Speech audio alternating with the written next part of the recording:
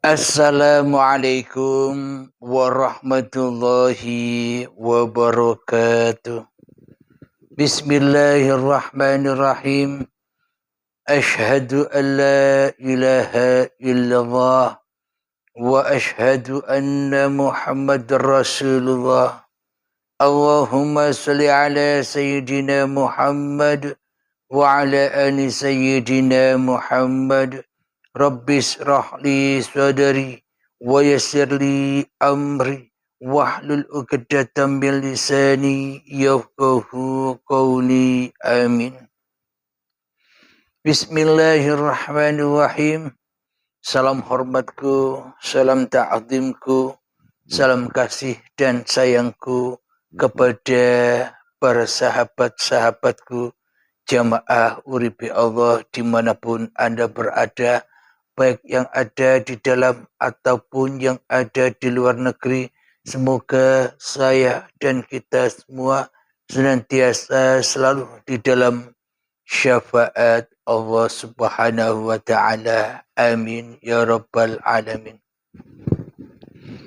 Sebelum kita awali kajian di subuh yang indah ini, marilah kita kemahkan bersama-sama di dalam nyawa, di dalam jiwa, di dalam hati, di dalam ruh, dan di dalam kehidupan ini dengan kalimat-kalimat thayyibah. Subhanallah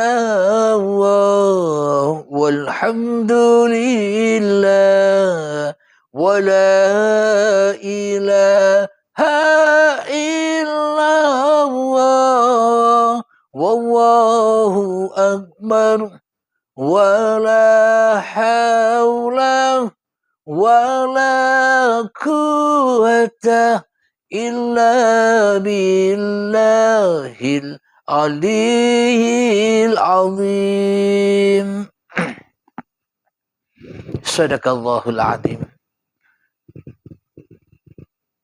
Di subuh yang indah ini, kajian akan kami beri judul Bukti bahwa Allah tak ada.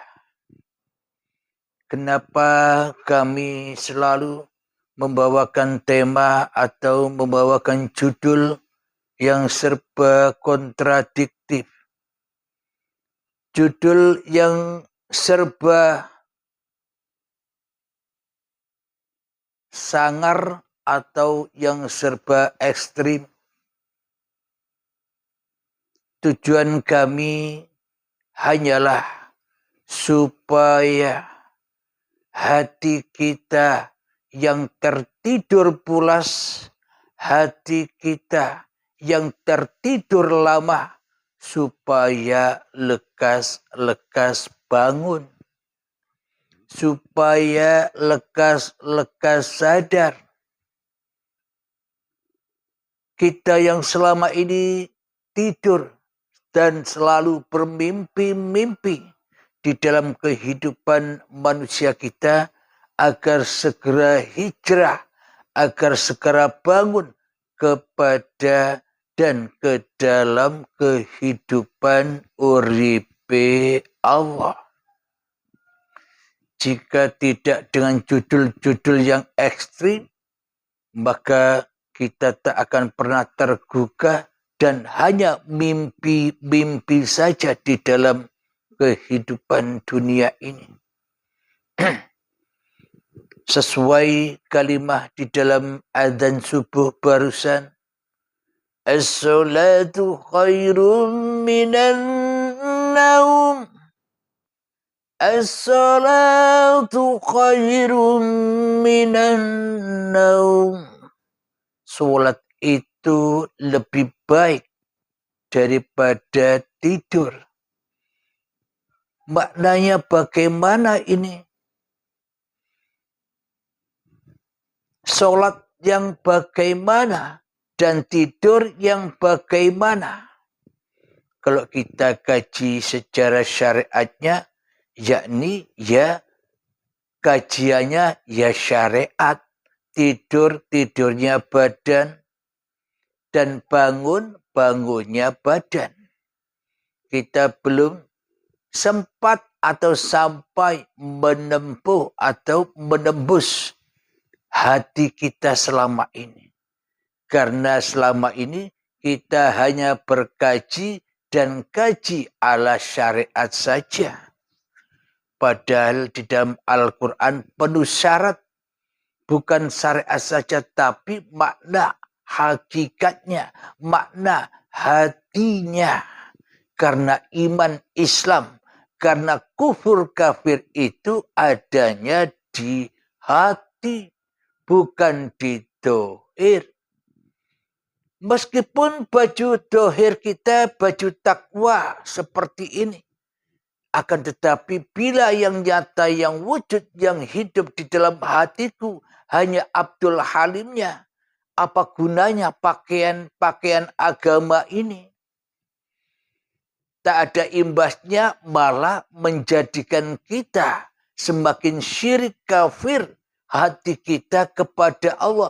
Bila yang jadi Tuhan di dalam hatiku hanyalah Abdul Halim, maka inilah yang dimaksud tidur. Abdul Halimnya tidur, mimpi jadi Abdul Halim.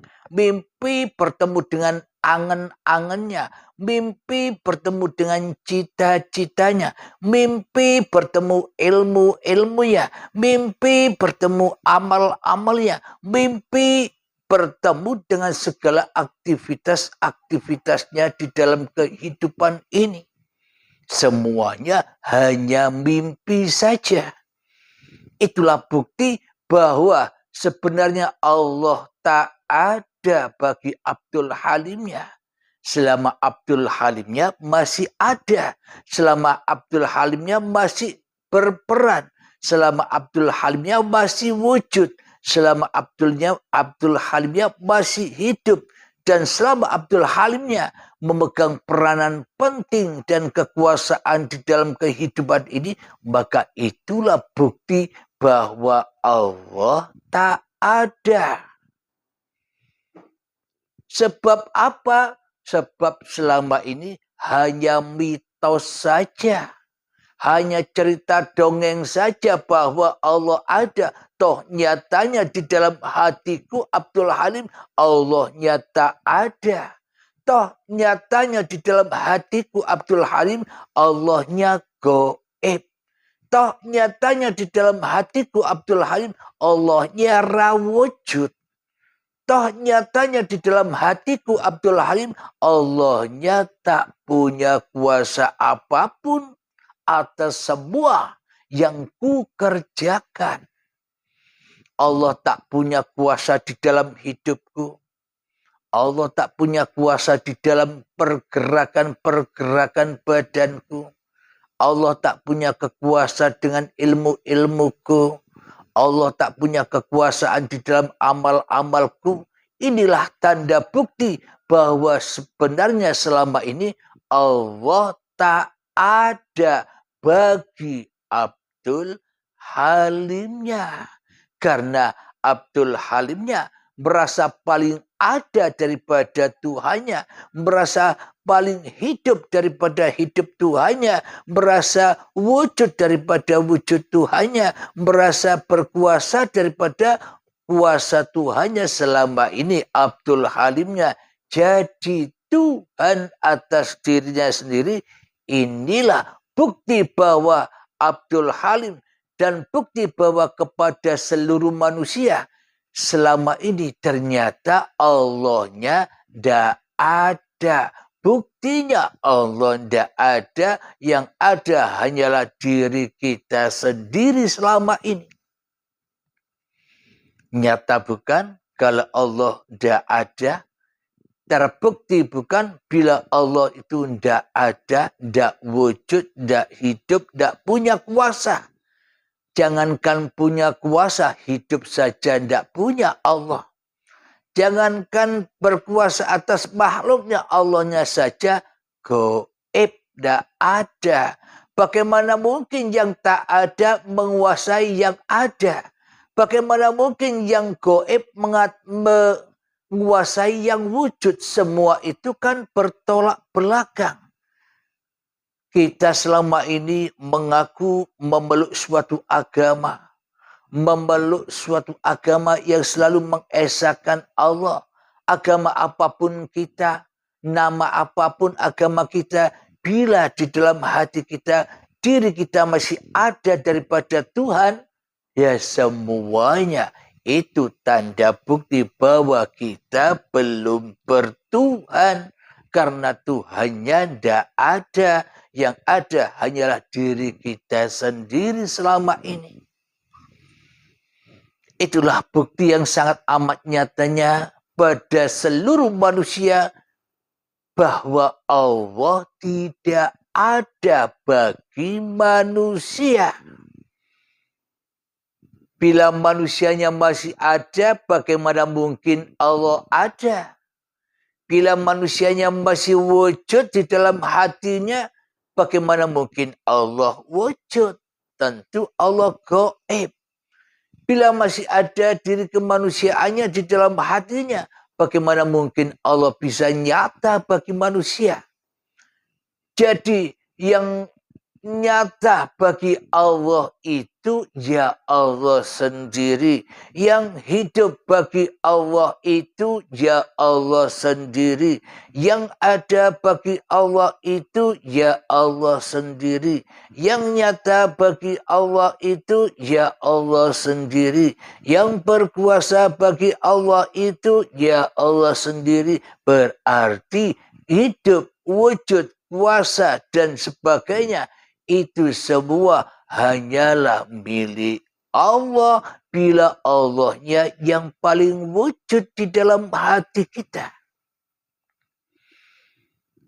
Namun bila diri kita yang lebih wujud, namun bila diri kita yang lebih hidup, namun bila diri kita yang lebih berkuasa daripada kuasa hidup dan wujudnya Allah, ya tentunya semua kekuasaan berpulang ke dalam mimpi, di dalam kemanusiaannya, tidur lelap di dalam mimpi-mimpinya.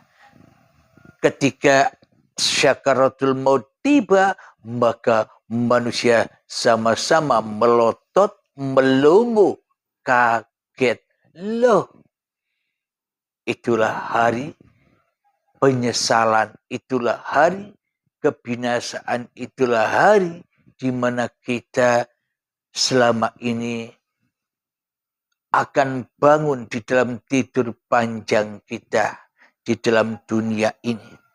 Karena di dalam hati kita yang ada hanyalah kita sendiri, maka ketika disuruh lepas harta, disuruh lepas hidup, disuruh lepas badan, disuruh lepas ilmu, disuruh lepas amal ibadah, semua itu sangat memberatkan, bahkan sangat mengadab hati kita bila hari keterpaksaan itu tiba.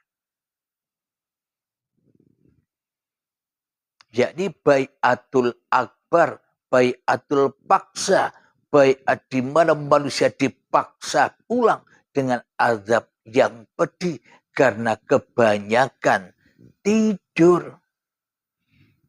Maka dibangunkanlah dengan siksa dan paksa, dengan azab yang pedih. Maknanya siksa, paksa, azab yang pedih itu apa? Selama ini kan kita berbajukan hidup yang bukan hidup kita. Selama ini kan kita berbajukan badan yang bukan milik kita. Selama ini kan kita berbajukan ilmu yang bukan milik kita. Selama ini kan kita berbajukan amal yang sebenarnya bukan amal kita. Selama ini kan kita berbajukan kekayaan yang mana kekayaan sesungguhnya bukan milik kita. Selama ini kan kita berbajukan keberhasilan atas semua cita-cita yang kita harapkan. Padahal semua itu bukan milik kita. Itulah yang merasa berat dan yang merasa terazab, sakit.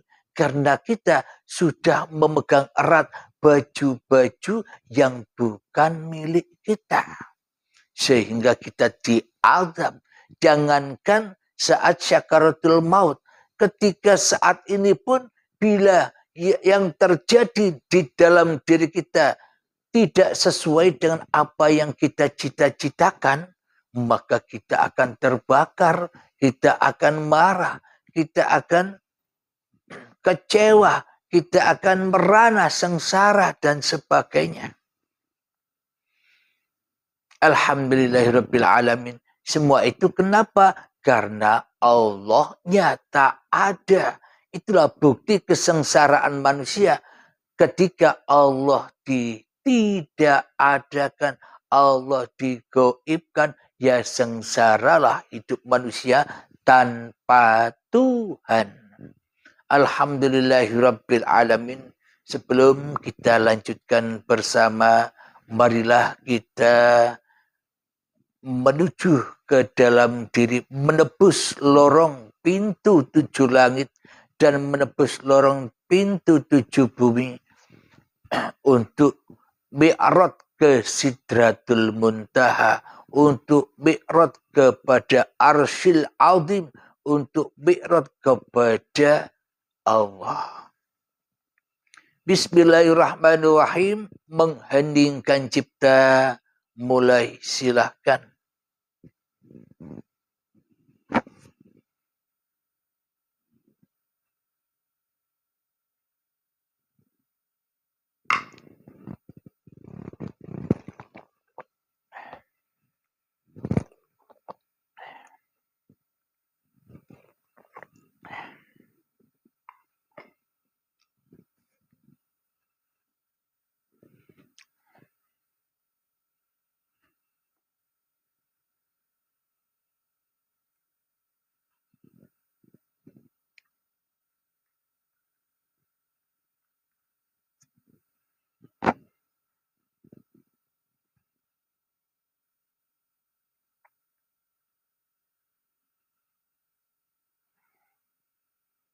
Alhamdulillahirabbil alamin. Mengheningkan cipta selesai.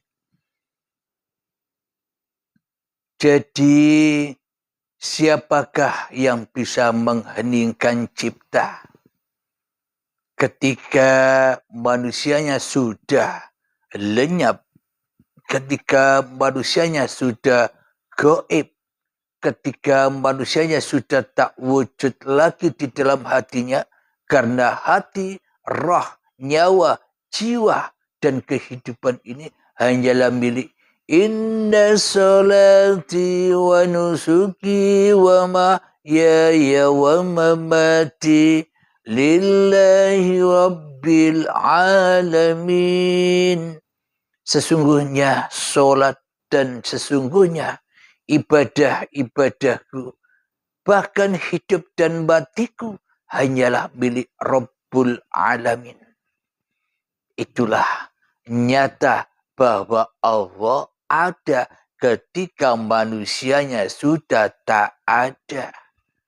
Namun bila manusianya masih ada di dalam hatinya, maka Allah pasti tidak ada. Allah pasti gaib. Berarti bila yang nyata, yang wujud, yang hidup, yang berkuasa di dalam hati kita masih manusianya, berarti itulah tanda-tanda kita selama ini tersesat jalannya di dalam kehidupan Siratul Mustaqim ini. Tersesat jatuh ke lembah neraka. Tersesat jatuh kumpul dengan iblis dan setan. Maka dari itu teradablah manusia di dalam hatinya dan di luar hatinya terhadap apa-apa yang dihadapinya. Terhadap masalah-masalah apapun yang dihadapinya, manusia terbakar dan teradab di dalam kehidupan ini. Hidup penuh dengan kesusahan, hidup penuh dengan penderitaan, hidup penuh dengan kekurangan, hidup penuh dengan gejolak hawa nafsu. Kenapa? Itulah tanda tersesatnya hati kita selama ini. Karena kita menyangka, karena kita merasa yang paling wujud daripada wujudnya Tuhan. Lalu Tuhan Sang Pencipta yang menciptakan kita semua, apakah Tuhan atau apakah Allah mampu memberi petunjuk iman kepada seluruh manusia? Sedangkan praktek di dalam kehidupan ini banyak manusia yang tersesat jalannya dari jalan Tuhannya.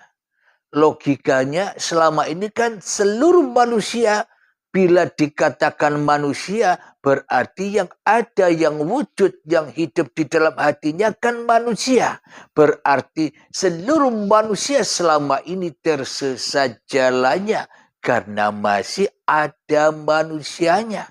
Karena masih wujud manusianya di dalam hatinya daripada wujud Tuhannya. Apakah Tuhan, apakah Allah tidak bisa menjadikan manusia beriman? Ya bisa. Seluruh manusia itu kan datang dan pergi. Seluruh manusia itu kan dihidupkan dan dimatikan. Seluruh manusia itu kan didatangkan dan dipulangkan. Seluruhnya nanti ya ketemu jalan pulang. Meskipun dengan keterpaksaan, meskipun dengan kesakitan, meskipun dengan penderitaan di dalam pengembaliannya. Jadi di dunia ini tanda-tanda orang yang tersesat dan tanda-tanda orang yang selamat itu yang bagaimana? Tanda-tanda orang yang tersesat itu adalah rojiun hatinya.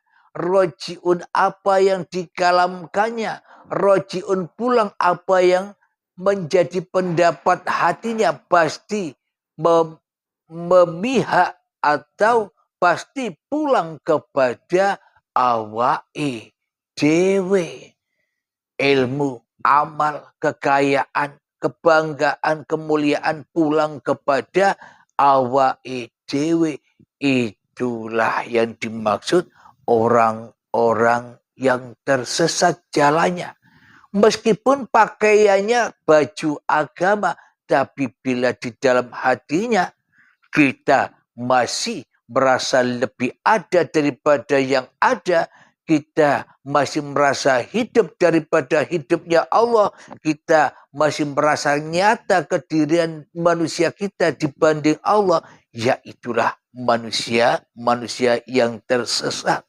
Ya sama, saya pun juga begitu. Bila Abdul Halimnya yang nyata di dalam hatiku, Abdul Halimnya yang hidup di dalam hatiku, ya sama-sama tersesatnya kita semua. Wahai anak cucu setan, berbangkitlah kembali kepada anak cucu Adam. Akuilah keadamanmu, akuilah Bapa Adamu. Jangan kau mengaku-aku setan sebagai keturunan-keturunanmu.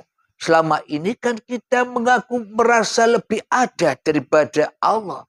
Kita merasa lebih wujud daripada Allah.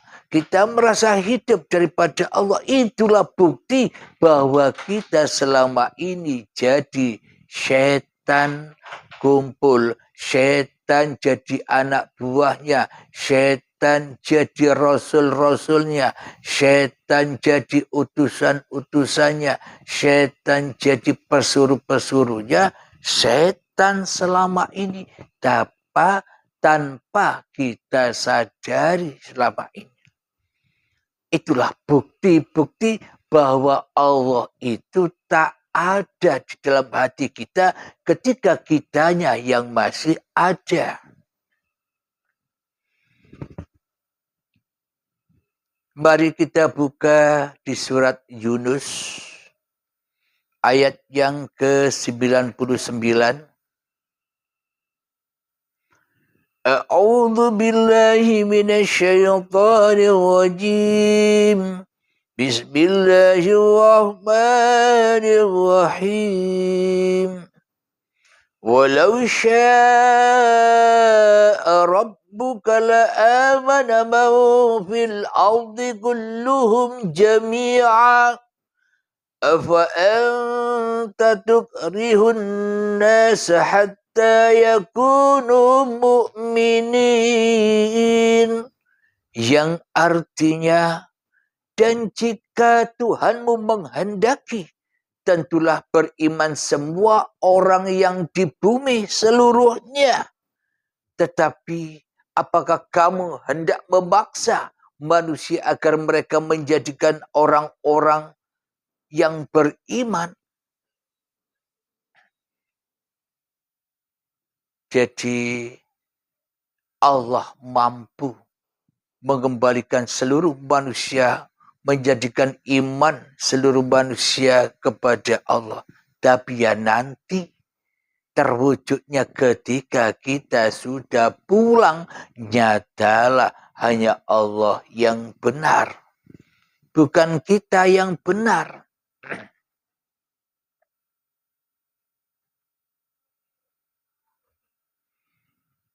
Selanjutnya Yunus ayat yang ke-100. Wa ma kana li nafsin an tu'mina illa biiznillah wa yaj'alur rijsa 'alal ladzina la ya'qilun. Dan tidak seorang pun akan beriman kecuali dengan izin Allah. Dan Allah menimpahkan azab kepada orang yang tak mengerti, orang yang tidak mengerti, orang yang tidak berakal. Yakni akalnya tidak dipakai, logikanya tidak dipakai, beramal, beriman atau bertuhan, beragama dan bertuhannya, akalnya tidak dipakai, logikanya tidak dipakai, yang dipakai hanya angen-angen wae. Yang dipakai hanyalah imajinasi saja. Yang dipakai hanyalah bayang-bayang wae. Besok ada alam kubur, besok ada siksa kubur, besok ada hari kiamat, besok ada kebangkitan, besok ada yaumul hisab, besok ada wassiratul mustaqim. Semuanya hanya angen-angen wae. Ndak nyata. Manusia selama ini pertuhankan kepada angan-angannya, ya disiksa manusianya karena tidak menyembah Tuhan, karena tidak mengabdi kepada Tuhan, karena tidak kembali kepada Tuhan, ya dihukumlah manusia di lembah jahanam dengan angan-angannya sendiri. Karena manusia mengedepankan dirinya daripada mengedepankan Tuhannya di dalam hatinya. Karena manusia selama ini menjadi pemimpin-pemimpin dunia dan menjadi pemimpin-pemimpin dirinya sendiri di dalam hatinya. Maka tersesatlah manusia. Kapan manusia bisa kembali kepada Allah? Ya nunggu baiatul akbar dengan izin Allah. Dengan izin Allah berarti yang mengizini Allah apa manusia. Bila masih manusia yang merasa melakukan segala hal dan segala sesuatu, ya berarti ya belum diizinkan Allah. Kenapa? Karena manusianya mentiadakan Allah. Apa makna dari izin Allah itu? Ketika manusianya sudah tak mampu lagi melakukan apa-apa, berarti manusianya sudah tak mampu lagi mewujudkan dirinya, berarti manusia sudah tak mampu lagi menghidupkan dirinya, berarti bila manusianya tak mampu lagi menguasai dirinya, ketika manusianya sudah tak mampu lagi sholat, ibadah, berilmu dan berjalan dan sebagainya, maka semua kembali kepada izin Allah. Itulah yang dimaksud izin Allah. Ketika kita tidak mengizinkan hawa nafsu kita sendiri yang jadi Tuhan di dalam hati kita. Alhamdulillahirrabbilalamin. Semoga yang hanya sebentar ini bisa menambah wawasan kita di dalam bertuhan, menambah kesadaran kita, membangunkan dari tidur yang panjang diri kita selama ini. Semoga kita disegerakan mendapat izinnya Allah daripada mendapatkan izinnya syaitan laknatullah. Alhamdulillahirrabbilalamin. Mari kita akhiri dengan salawat dalimin taf'ul bala. Allahumma salli ala Sayyidina Muhammad wa asli zalimin bi zalimin.